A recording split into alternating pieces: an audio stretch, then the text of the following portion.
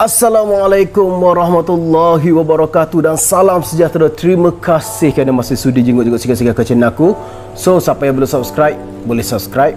So guys, hari ini aku akan sambung balik episod kisah PLKN aku untuk episod yang kedua yang telah pun bertangguh hampir 7 bulan lebih lah. Bukan hampir, memang 7 bulan lebih dah aku tak sambung balik episod ni sebab macam aku tengok macam kurang orang nak tengok, tapi InsyaAllah aku tetap akan teruskan dan aku akan sambung sampai habis kisah PLKN aku ni. Dan mungkin aku rasa mungkin dalam 7 ataupun 8 episod lah aku rasa. Dan aku akan cerita semua pengalaman aku sepanjang aku berada di camp PLKN Princess Haliza. Apa lagi? Jom.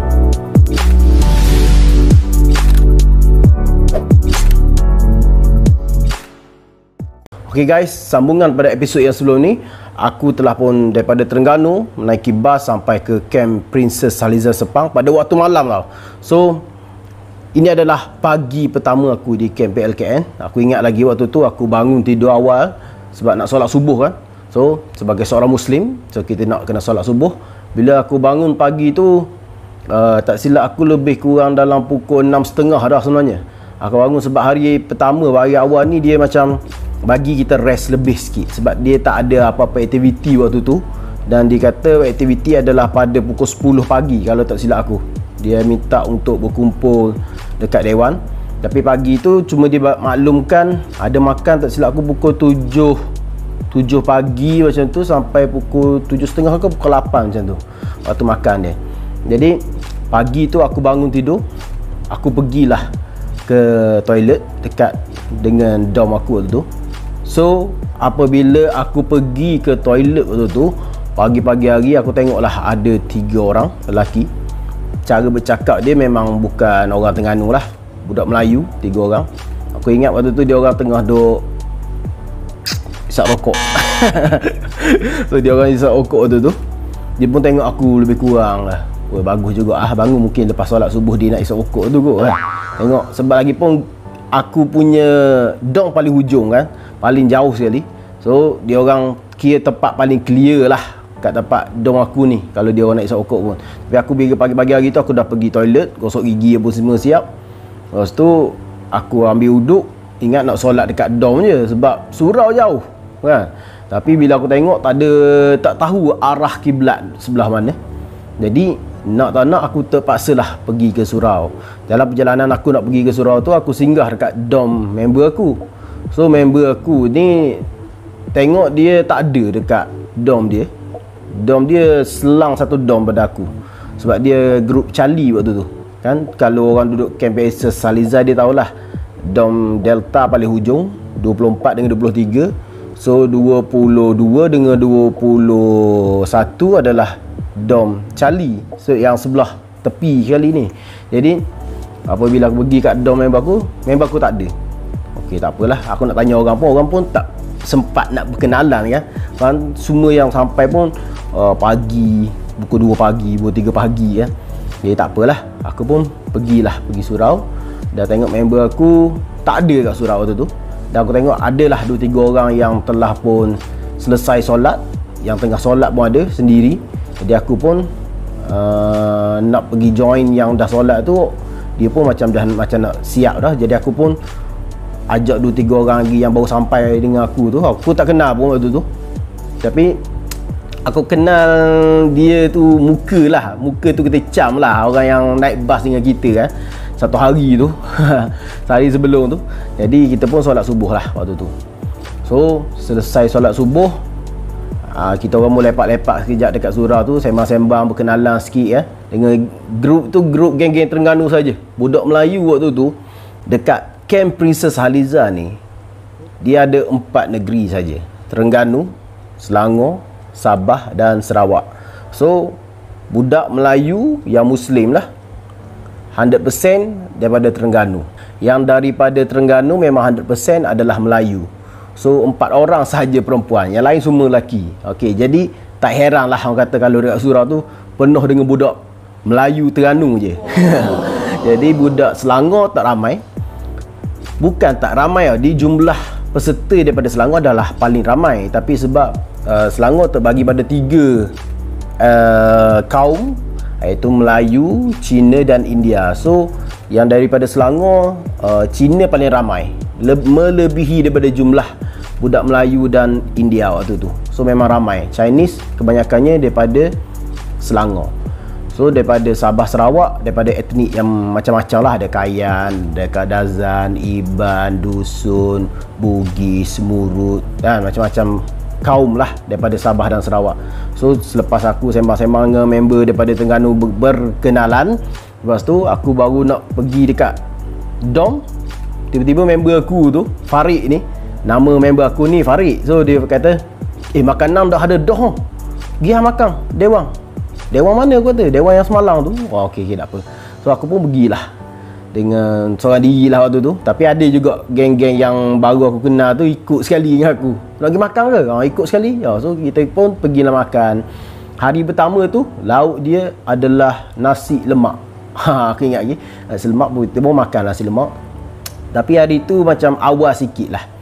Sebab makcik kantin tu aku tanya, dia kata biasanya ada perhimpunan pagi, ada bercakap, ada menyanyi lah dulu apa semua.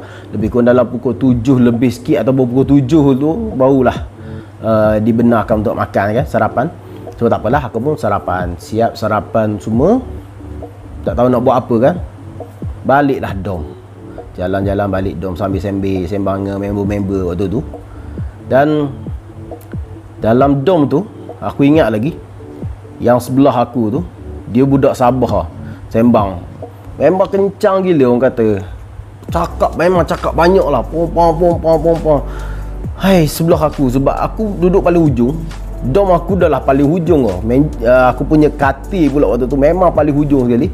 Tapi sebelum katil aku tu ada satu katil lagi lah kan, dekat area yang paling hujung. Tapi katil aku sebelah dengan orang yang paling hujung tu. Jadi orang sebelah aku ni budak Sabah.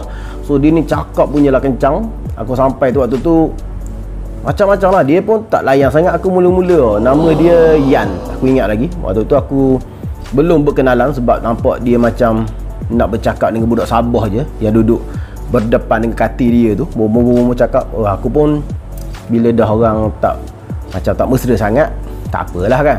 So pagi tu aku pun kemahlah barang aku, susun dalam loker. Sebab kat PLKN ni setiap katil tu, di sebelah katil tu ada satu loker, almari kan. Jadi loker tu aku pun simpanlah barang-barang aku, baju apa semua sangkut. Dan selain tu juga ada juga orang yang aku tengok waktu tu dah cerah sikit, ada yang angkat loker, nak tukar loker lah kan. Jadi tak apalah, kita pun prepare kita punya barang lah kan. Lepas tu lebih kurang dalam pukul 9 pagi macam tu, aku ingat lagi, kita dapat info katanya semua diminta untuk berkumpul dekat Dewan pukul 10 pagi.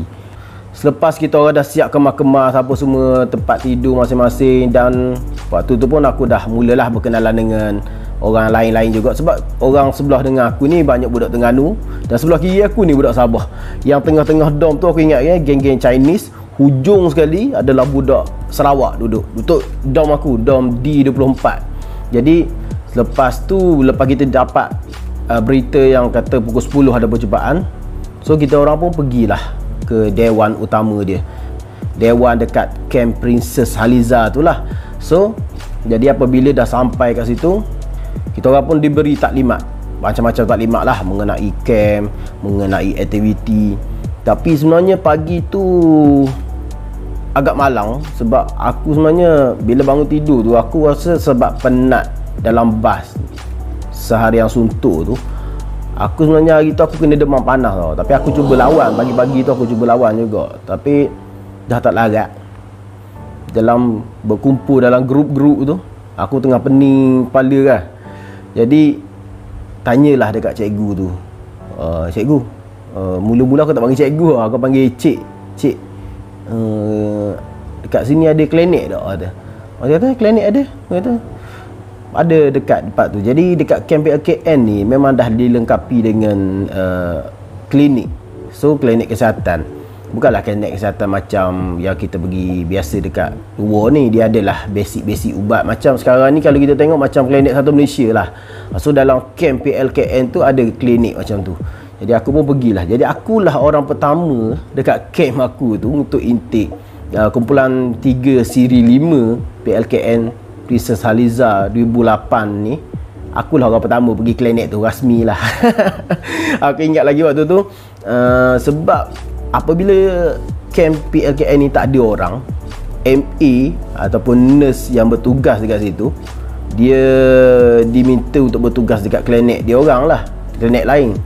Jadi apabila camp tu bermula, barulah dia orang akan duduk dekat klinik tu selama 3 bulan dalam tempoh budak-budak PLKN ni ada kan. So dia pun macam pagi tu baru sampai jugalah, dia pun macam rancak sembang. Aku pun kata demam, dia cek demam, dia bagi ubat apa. Aku ingatkan waktu tu nak rehat, tapi cikgu tu kata selepas ambil ubat terus masuk dewan balik. Tapi tak apalah, aku pun masuklah dewan.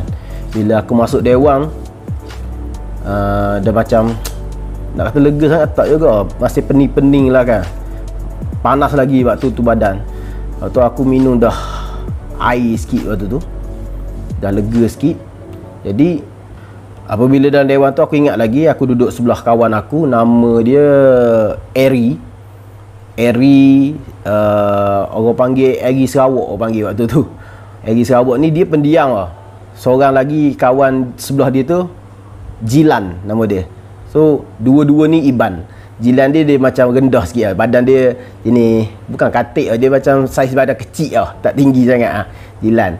Tapi Eri ni standard saiz tubuh kan. Aku ingat dia lengan Eri tu penuh dengan tatu ikan.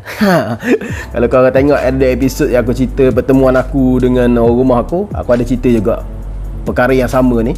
So waktu tu aku berkenalan lah dengan dia. So aku nak buat modal, nak sembang dengan dia, aku tanyalah pasal tatu dia tu kan.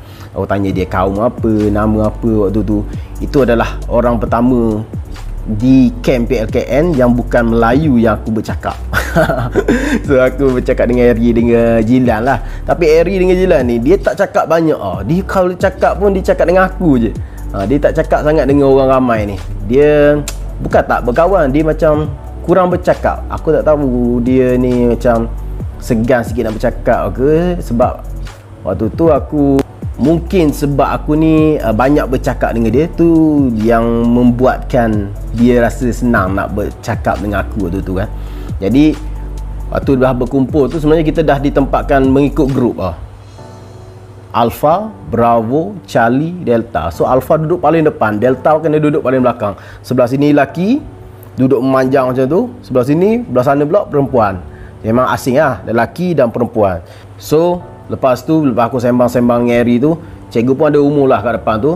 Kita akan pilih seorang penghulu dan penghuluwati. Penghulu ni ketua lah bagi lelaki, dan penghuluwati adalah ketua, penolong, merangkap penolong kepada penghulu tadi, penghuluwati. Selain tu orang panggil juga penghulu atau penghuluwati ni sebagai macam ketua camp.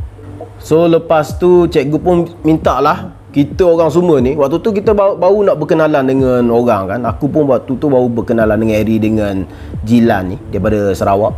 So waktu tu cikgu tanya, okey, hari ni kita akan buat pelantikan penghulu dan penghuluwati. So penghulu dan penghuluwati ni adalah ketua dan penolong untuk memastikan semua kita punya peserta camp PLKN Princess Haliza kumpulan 3 siri 5 2008 ni di bawah pemantauan mereka. Jadi tugasan dia orang ni dia akan kira semua ahli, dia akan report setiap hari kepada kita punya ketua camp, komandan pada hari tu lah. Sebab cikgu-cikgu PLKN ni pun dia ada giliran tugas dia juga. Jadi hari ni cikgu ni, hari ni cikgu ni, cikgu ni. So kita punya penghulu ni lah yang akan buat laporan, ataupun penghuluwati ni lah yang akan buat laporan setiap hari kepada camp. Dan kita ni akan berkumpul lebih kurang 2 kali ataupun 3 kali tak silap aku. Pagi memang berkumpul perhimpunan, dan tengah hari tak silap aku tak ada kot, tak ada. Kalau ada pun dalam dewan. Ada perhimpunan juga, tapi dalam dewan stay buat head count juga. dan malam sama juga, headcount juga 3 kali sehari. Yes, betul, 3 kali sehari. Pagi, petang, malam. Pagi betul-betul awal pagi, petang tu maksudnya program lepas pukul 1, pukul 2 macam tu, pukul 2, pukul 3 macam tu ada headcount lagi. Lepas tu malam sebelum tidur pun ada headcount lagi. So 3 kali. Jadi pada aku, kita tak kenal orang lagi waktu tu. Kita tak tahu siapa yang berbakat waktu tu kita nak lantik siapa kan.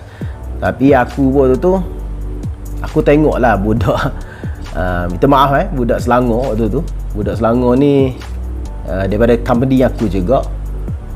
Dia macam sembang banyak dia macam sebab dia dengan seorang lagi nama ni Yus waktu tu. Yus dengan kecil. Aku pun lupa nama dia, tapi kita orang panggil dia kecil.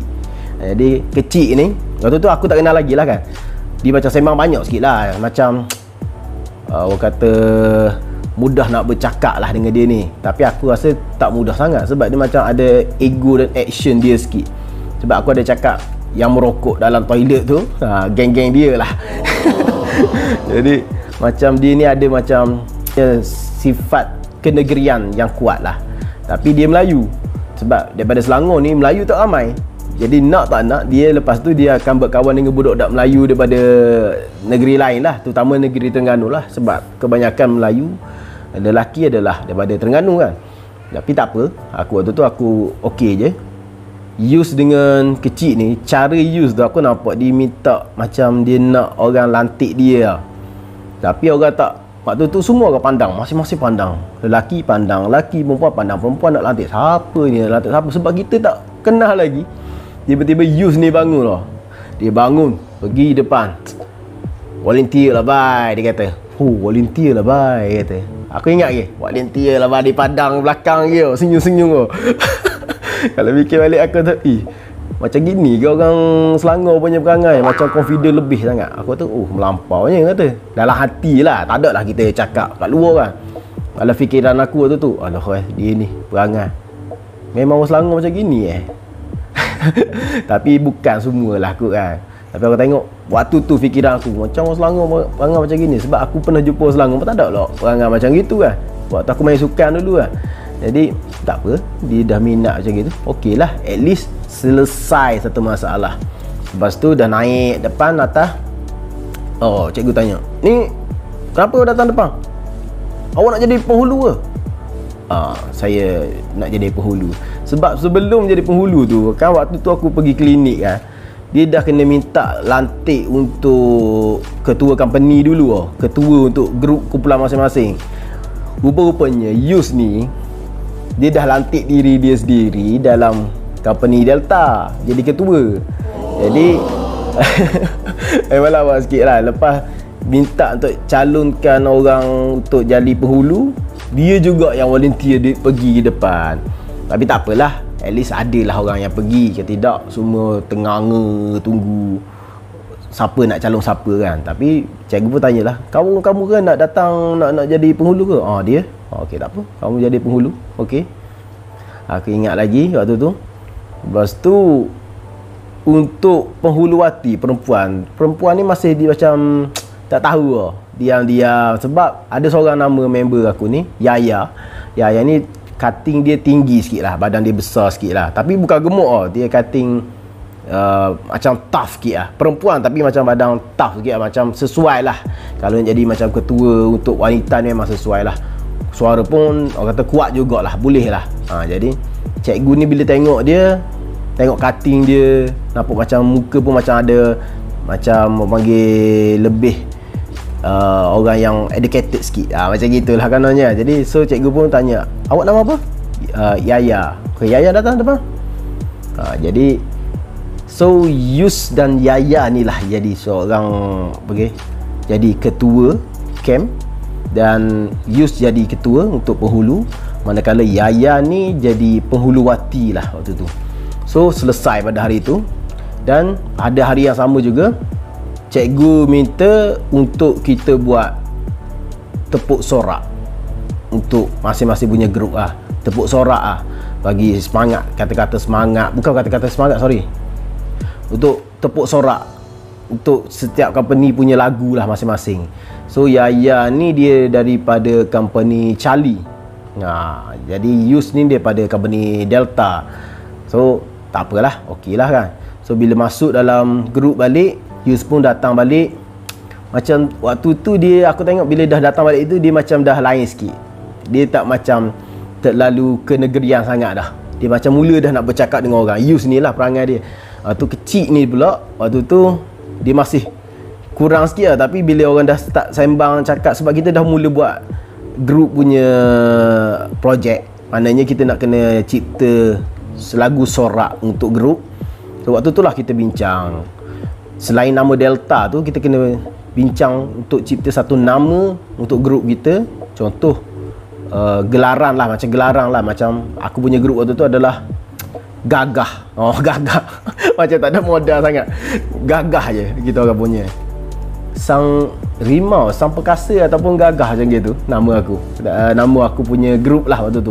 Jadi aku waktu tu aku diam je lah. Aku duduk belakang je lah. Aku duduk lepak dengan Eri, dengan Jilan tu lah. Aku tengok kan. So apabila orang dah bagi pandangan masing-masing, geng-geng Melayu, Cina, India waktu tu dah berkumpul. Yang lelaki perempuan pun sekali lah kan, untuk kita bincang. Kita buat macam ke circle, duduk bulat macam gitu. So ada cikgu seorang, dia tengok-tengok gitu, awak pilih lah apa yang nak buat. Dia macam bagi kebebasan untuk kita. Dan waktu tu lah kita mula nak berkenalan. Dan waktu tu jugalah aku rasa lemahnya aku punya team ni. Team aku ni lemah je, macam nothing, tak ada apa-apa sangat. Aduhai, aku rasa banyak benda yang aku rasa nak cakap, tapi sebab bila dah ada orang nak cakap, jadi aku kata biarlah dia nak cakap. Jadi ada seorang member aku ni, budak kayak lah. Nama dia Eri juga, tapi kita orang kat PLKM tu panggil Eri Kayak. Eri Kayak sebab dia main atlet sukan kayak. Waktu Sukma tu memang badan pun tough lah, ketul lah, body pun berketul lah waktu tu. Sebab orang main kayak ni memang main kena bina badan juga kan. So Eri ni pergi dekat aku, sebab dia tahu aku budak Sukma juga. Dia tanya aku, mu ni cakap, mu diam je apa semua, cakap sikit khabar pandangan. Nampak style mah pecang, ada pandangan banyak ni, modal banyak tapi tak mau kabur ni, kena cerita lah. Tu dia pula, Eri ni, dia tak nak cerita lah. Dia bagi pandangan dia pada aku, nak suruh aku bagi tahu pada orang ramai tu. Jadi bila dah berkumpul tu, macam Bius ni pun macam blur dah, macam tak tahu nak buat apa. Sebab kita orang tak ada ketua untuk Delta lagi. Bila dalam grup tu dah tak tahu siapa nak jadi ketua untuk company Delta, last sekali ada lagi satu orang lagi yang volunteer nak jadi ketua grup waktu tu. Nama dia Yan. Yan ni budak Sabah, betul-betul duduk sebelah katil aku. Yan budak Sabah yang cakap banyak bawah-bawah tu. Dia lah yang volunteer, kata aku tak apa, tidak ada orang mau, bagi aku saja. Macam gitu. Jadi dia pun volunteer lah kan. Tu dia volunteer jadi ketua. So dia yang mula nak decide. Tapi banyak idea yang dia nak buat tu orang payah nak terima. Sebab dia satu, Yan ni tengok dia macam badan dia kurus sikit lah. Lepas tu dia pula banyak cakap sikit, macam point dia cakap tu macam tak bagi tak strong. Jadi bila orang dengar tu macam tak kena sangat lah. Orang tu tak boleh nak pakai sangat waktu tu. Use punya modal pun macam kurang sikit. Jadi waktu tu lah kita duk konflik lagi. Last sekali habis waktu, kita tak buat apa-apa pun dalam grup tu. Waktu tu aku ada idea pun, aku diam je. Aku duduk belakang, kata biarlah hari. Aku malah nak pergi ke depan lah waktu tu. Sebab awal-awal pergi back ni, aku rasa waktu tu kan aku demam lagi. Aku rasa macam tak larat sangat. Biar ikut je lah. Dia orang nak buat apa ni, biarlah dia orang nak buat. Jadi aku pun habislah dekat situ. So kita pun makan tengah hari semua. Dah habis tengah hari, diminta untuk berkumpul balik. Dan pada berkumpul waktu tu, kita dimaklumkan setiap orang diminta untuk serah handphone. Tapi bukan pada hari tu, dia bagi masa, tak silap aku, 2 hari lagi. Dia kata bagi masa 2 hari lagi. So siapa yang nak hubungi keluarga, siapa nak hubungi mak ayah ke apa, abang ke apa semua, boleh telefon sekarang. Sebab handphone akan ambil pada 2 hari lagi selepas hari pertama tu. So pagi tu. Jadi Bila hari tu mulalah masing-masing dah cakap-cakap bisingnya. Waktu tu sebenarnya dalam camp aku tu, dalam grup aku tu, aku tengok lah seorang-seorang punya style yang aku rasa macam agak janggal pada aku. Sebagai orang Terengganu ni, orang Terengganu ni kata sekolah budak Melayu je lah ke, orang kata. Nak jumpa bukan Melayu ni payah, melainkan orang pergi kat sekolah Cina lah kan. Contoh jenis kebahasaan Cina ke ataupun jenis kebahasaan India rasanya tak ada jenis kebahasaan India kat Terengganu. Ada pun jenis sekolah jenis kebangsaan Cina, Chonghua Wising dekat Terengganu. Kalau menengah pun sama, Chonghua, sekolah Chonghua. Jadi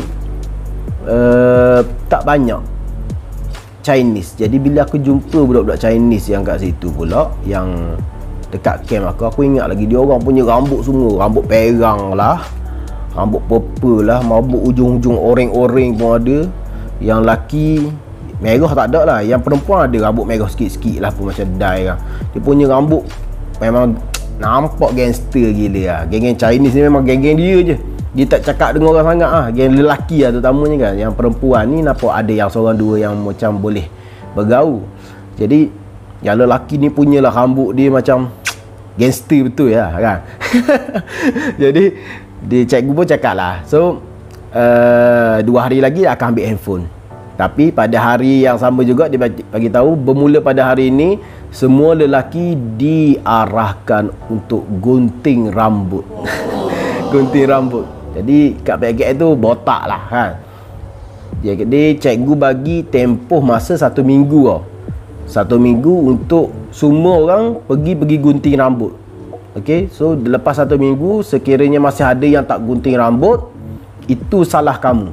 Maknanya cikgu ni dah diarahkan, ada cikgu yang telah diarahkan untuk jadi tukang gunting rambut lah waktu tu.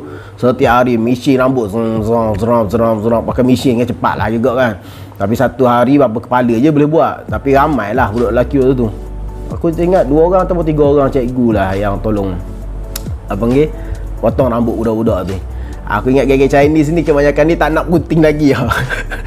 Yang mula-mula sekali aku ingat hari pertama, hari yang sama, aku tengok memang ramai. Orang beratur betul-betul ramai. Lepas tu aku tengok dah ramai sangat, malas nak pergi gunting lah kan. Tak apa lah, biar dulu. So bila hari kedua pun ramai, hari ketiga pun ramai. Aku tak silap aku 2 hari lagi nak habis tempoh tu, barulah orang dah lengang, baru aku pergi gunting bala botak waktu tu. Bukan gunting lah, pakai mesin bala botak. Tapi lah, tak ada masalah. Tapi sebelum gunting tu punyalah rambut sorang-sorang. Kata memang gangster habis lah. So guys, aku akan sambung balik sebab episod yang akan datang ni sebenarnya agak mencabar sikit aku nak cerita. Sebab ada kes yang agak besar sebenarnya dekat camp aku. Kes ni pertelingkahan antara kaum di camp aku pada awal-awal dekat camp BLK itu memang ganas. So insyaAllah kita jumpa untuk episod akan datang. So siapa yang belum subscribe dan belum tengok episod pertama, boleh tengok dulu episod pertama dan barulah follow balik episod kedua ni dan episod seterusnya, insya-Allah. So siapa yang belum subscribe, boleh subscribe, tekan loceng supaya naik notification dekat awak punya handphone kalau saya upload video baru. Dan insya-Allah kita jumpa lagi. Assalamualaikum warahmatullahi wabarakatuh dan salam sejahtera. Bye bye.